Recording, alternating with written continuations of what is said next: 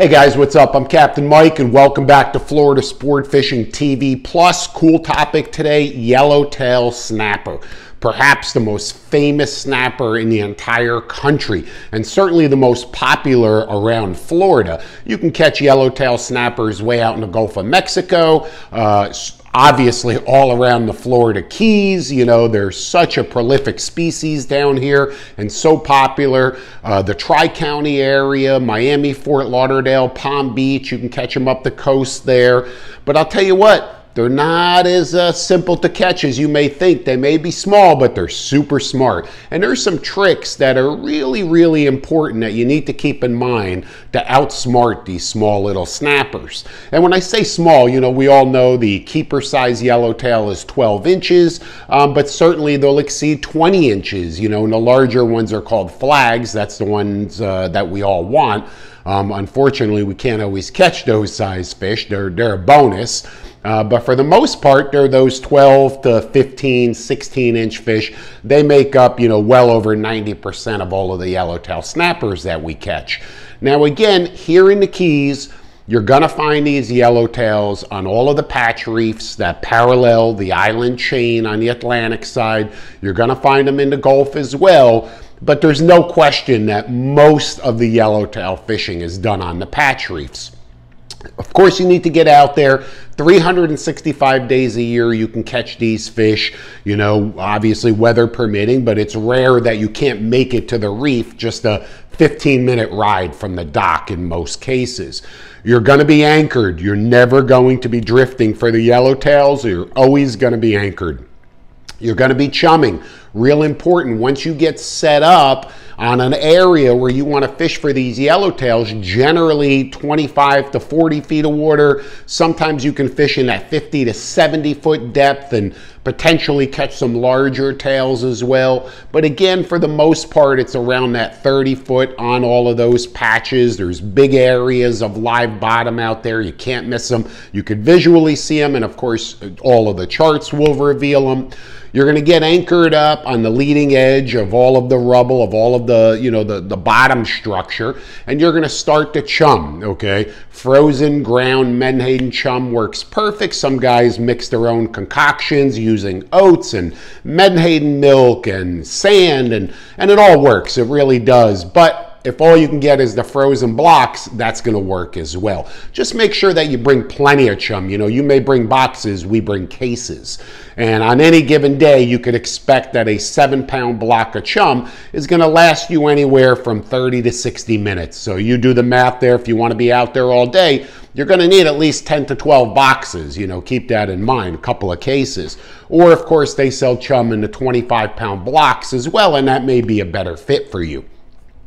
In any case, once you get set up, you're going to start to chum and you're going to give it some time. Don't put any lines in the water yet. These fish are smart. They're spooky. You just got there. Give them some time to settle in, to get comfortable. They may be spread out around all of that bottom and you need to congregate those fish and get them feeding up into your chum slick. Give them some time to do that. So don't put a line in the water for at least 15 minutes. At that stage, start with one line. They've got great eyesight. They could see the line. They could see the terminal tackle. They're not dumb. People go out there and pound these yellowtails every day, an entire fleet of boats. If you've got a whole bunch of lines in the water, they could see all of these lines and forget it. They're not going to bite. Okay, they're really smart. They're spooky. They're not going to bite. So it's always a good idea to just start with one line. And, you know, if the bite picks up and the momentum picks up, you can fish 2, you can fish 3, but generally 1 at a time is all that you need. Now, as far as tackle is concerned, a light spinner is absolutely the best outfit. This is the staple for Florida Keys yellowtail snapper fishing. It's a 12-pound test spinning outfit, 7.5-foot rod, rated for 8 to 17-pound line, soft tip right there. You can see that, so you can detect every bite, although you're not even going to need that tip to detect the bites. A little bit of backbone, but it's really sporty and it keeps the fish fun because they're small. They're 1 to 3 pounds. 4 pounds at the most is a real nice one. So it really keeps it fun, you know, keeps everything relative. Great for kids, inexperienced anglers. Great for guys like me that have been fishing my entire life. I still get a ball, you know, still have a ball going out there and catching a limit of yellowtails. It's matched to a Shimano Stratic 4000 reel. A lot of different variations here, but you can see it's just a typical little spinning reel loaded with 12-pound diamond line. Nothing more. This is not the place for braid. They could see that braid in the water. You're gonna spook them, I'm telling you. You've gotta go stealthy.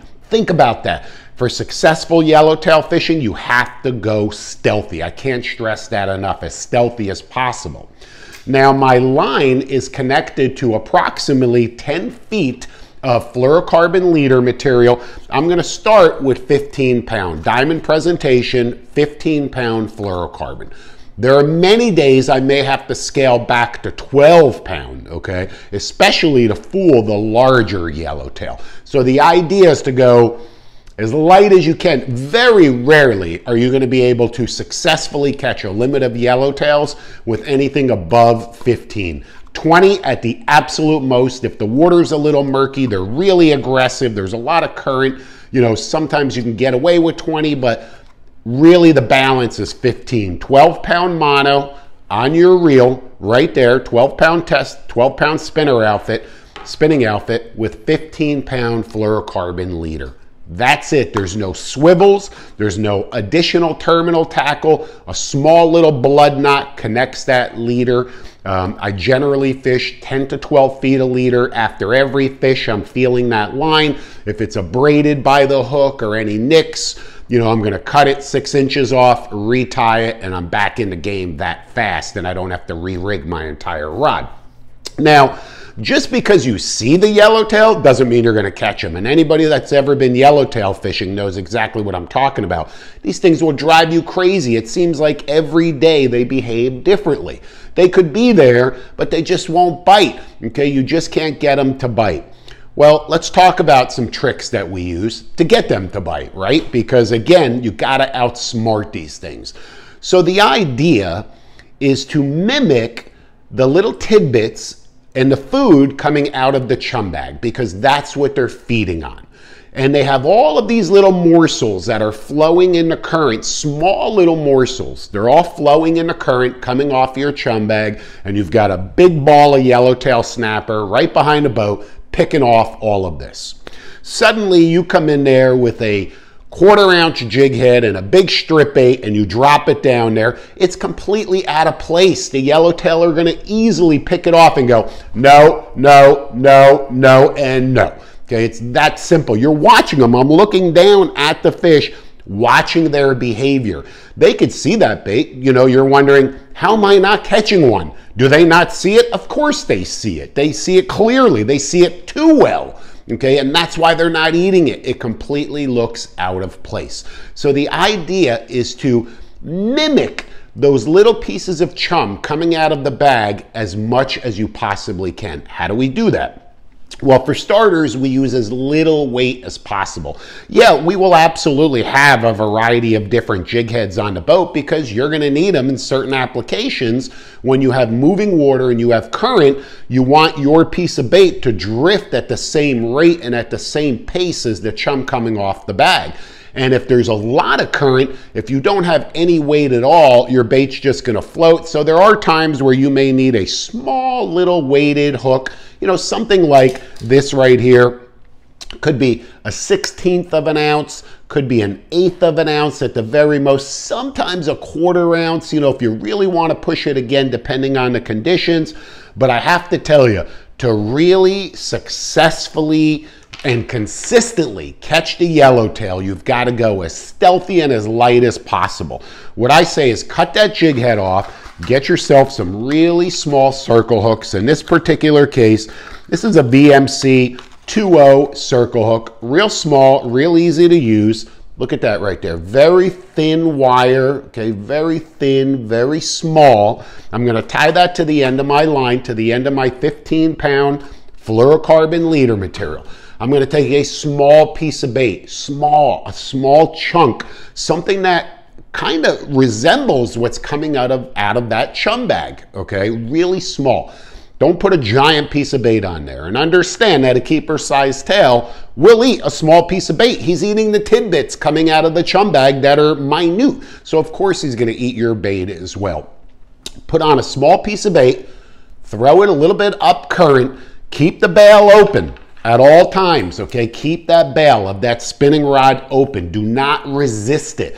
Do not keep your fingers on the line and hold it back, okay? That's going to create tension and drag on your line. Your bait's going to start to float. It's not going to flow naturally like the chum slick, like the bits coming out of the chum bag, and they won't touch it because it's just not behaving the same. So again, don't restrict it. Keep the bail open, and you'll notice sometimes what I'll do, because the bait is so light, I'll shake the rod tip like this. Okay, just shake the rod tip, and that helps line come off the reel. You know, twitch it. Twitch it a few times. A few feet of line will come off the reel. As that bait is sinking, you can twitch it a little bit more line will come off the reel. And let it flow naturally, okay? No restriction whatsoever. Once you get a bite, the line's gonna come off the reel. There's not gonna be any, any wondering, am I getting a bite? The line's gonna come screaming off the reel. Lock it up, reel up the slack, and boom, you're hooked up. You don't even have to set the hook. It's just a little circle hook. That little VMC circle hook is going to get them right in the corner of the mouth every time. Okay, really, really effective. Now, again, if the velocity of the current picks up, you want to get your bait deeper, then you can go ahead and switch to a small little weighted jig head. They do work, there's no question, but you've got to go stealthy. As stealthy as possible is going to be the key for successful yellowtail fishing. And understand that you may pick a couple and then they're going to shut off. They may shut off completely. They're there, they're eating, you're looking at them, but you can't get them to bite. Again, now it's time to even scale down even further, or take one or multiple lines completely out of the water and stop fishing for 15 to 20 minutes. Even though it's hard and you have to resist that urge, stop fishing for 15 minutes and let them calm down again. Because once you start entering, their realm with that line and the terminal tackle, the signal goes out and they could shut off just like that again. They may be small, they're spunky, but they're smart. Okay, I'm going to tell you that right now. But if you do it right, you're going to stay tight.